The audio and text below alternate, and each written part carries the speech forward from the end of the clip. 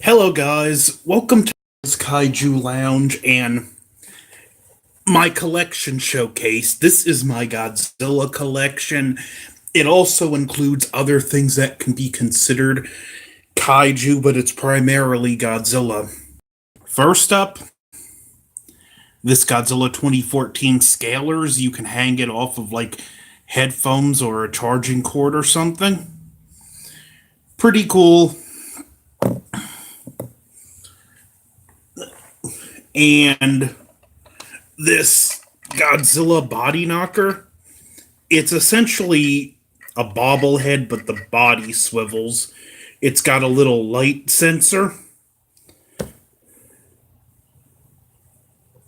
and it should be moving, but for some reason it isn't. Maybe when I sit it down, and of course now it does.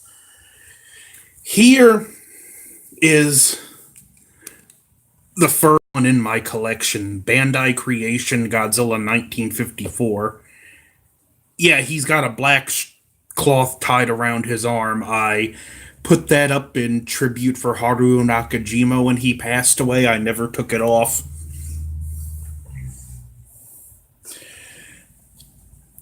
Skull Island Skullcrawler.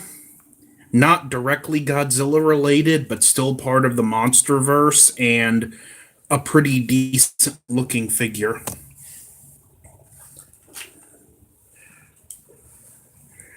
Revotech Gamera. Pretty cool looking minifigure. Wish it was a little bigger. Not gonna complain. Got a cool looking Gamera in my collection.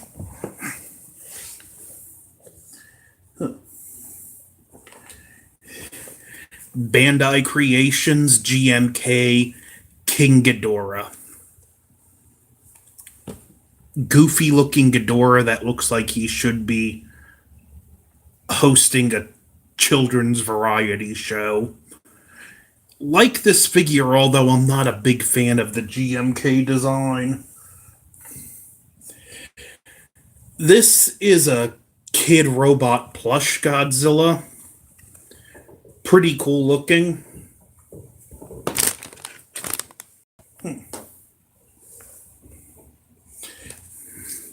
Funko Pop Godzilla.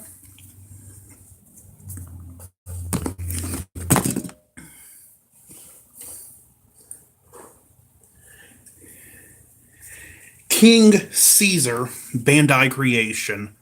I really like how detailed this figure is. This is awesome, especially for Bandai Creation, which I know gets a lot of flack from hardcore collectors, but I don't see what the big deal is.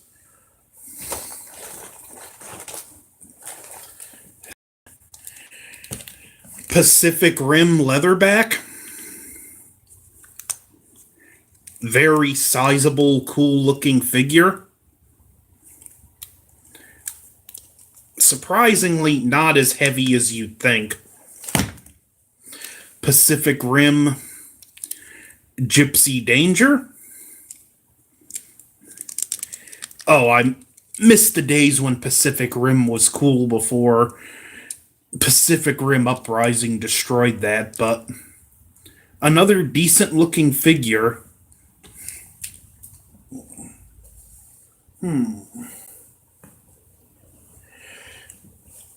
NECA Godzilla 1984.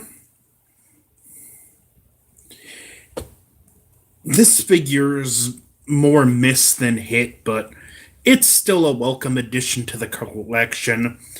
I was so excited to have this because 84 was my favorite Godzilla movie. And I convinced myself it was a lot better than it was because at the time the X Plus 84 was out of print and insanely expensive, and even if it was in reproduction, X Plus is still pretty expensive. So yeah, I still like this figure, but not as much as X Plus 1984. You've seen this in my videos many a times, but Yeah, this guy was worth every penny.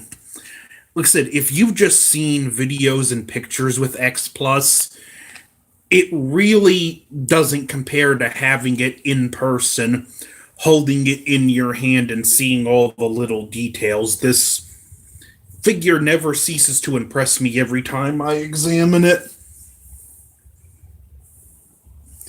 Now, keeping with the 84 theme, with a slight resculpt and repaint, they drastically improved the design and made a great NES Godzilla, although I think it should have been based off of the 54 mold. But you know what? This figure's very impressive, and I'm extremely happy with it. Good job on this NECA. NECA Godzilla 2014. Still a pretty good looking figure. Their first outing with Godzilla is still one of their best. Granted, some things I don't like how small the eyes are, but that's not NECA's fault. They were going with a design that didn't translate as well to smaller figures for capturing all the details, but solid figure.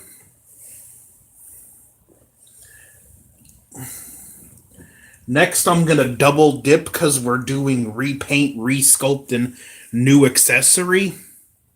NECA GMK Godzilla. Great looking figure. And NECA Atomic Blast Godzilla. Nice looking figure too. They did resculpt it some because, as you see, he does have a broader stance, but I do have a suspicion with this. I can't prove it, but it is what annoys me most about this guy. The atomic blast fits in this Godzilla's mouth perfectly, which leads me to believe that it was originally they originally were going to include this as an accessory with this guy, but someone in the company decided, you know what? Let's not give it to that Godzilla. Let's tinker the sculpt, change the paint job, and we can get a completely second figure out of it. And another interesting difference is the gap between the dorsal spines on these two. You can see the Atomic Blast has a much bigger gap. I really don't understand that. Plus, the Atomic Blast dorsal spines are made out of a softer, more pliable material. I'm applying the same amount of force to both then, where this one's going all over the place. This one doesn't move quite as much.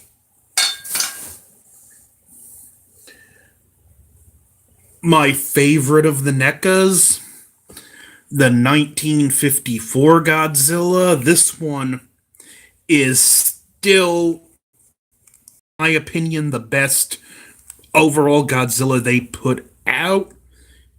It's an example of NECA at its very best, and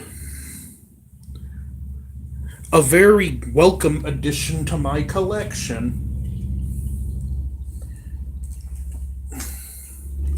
Here's my Heisei NECA Godzilla, more specifically the Space Godzilla one. Good looking figure. Nice paint job, sculpt. This is a solid outing, and their first few figures were kind of hit or miss because we went from 2014 to this, which was a huge step up. 84, which was a step down. Then I believe we got the NES, which again was a step back up than GMK 54. So yeah, the quality's been hit or miss. Plus, there was also Burning Godzilla we got from them, resculpted in some new material. Granted, because it uses more semi-translucent plastics, it's a more brittle feeling figure. And yes, he's got an electric guitar. I forget where this came from, but I just thought it would look funny if I gave it to Godzilla, and I thought for some reason Burning Godzilla would look the most appropriate holding an electric guitar. But another very good looking figure. I do wish they maybe would have made the chest plates look brighter. I mean, it looks fine on camera, but when I'm holding it in person, the oranges look a little muted, and it would have been nice to have some brighter reds in him, but still a solid representation of Burning Godzilla, and they even did the paint in the eyes, so nice job, NECA. I applaud you. Winding down as far as figures go, NECA Shin Godzilla, probably their second best outing. I still haven't gotten the Atomic Blast variant, don't know if I will, but nice outing, and this is a substantially heavier figure than the others. Usually with NECAs, and from what I understand, they've got away from the bendy wire, but up to this point is hard plastic in the tail and everything else is bendy wire. Here, just this part's bendy wire, which is still a substantial portion of the tail, but yeah, it makes for a much heavier looking figure. Again, I wish in the camera does the red highlights more justice, but I wish they would have been a brighter in color and stood out a little more, but not gonna complain, and if I can get it in, there is good detail on his beady little eyes. So, NECA Shin Godzilla. Last in NECA, I have the Loot Crate exclusive glow in the dark reactor glow Godzilla. And if I'm to be honest, I really wish with Burning Godzilla they would have made him out of the same material this one was, because it just pops better. It looks, I mean, you can see what I mean. The coloring just stands out a little bit more. And granted, yeah, a brighter green, but it's also a different material that just doesn't look as dull. So, Reactor Glow Godzilla. Now, winding this down, Matt Frank autograph picture Godzilla versus Gamera. Very cool.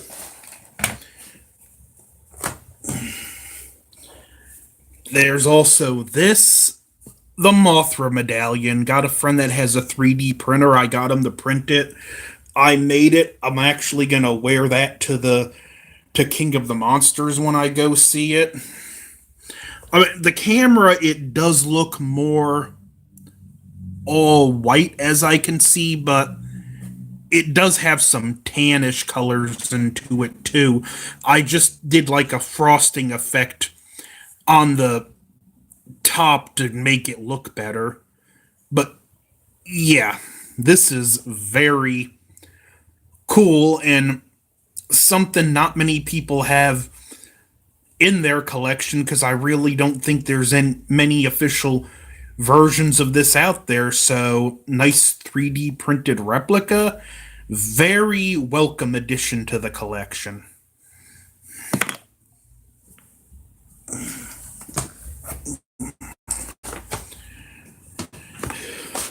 Let me flip that right side up. The Godzilla 2014 movie poster and the Comic-Con exclusive King of the Monsters poster. Very cool. If you're like me, you can't stand blank wall space on a wall, and the crown jewel of my collection.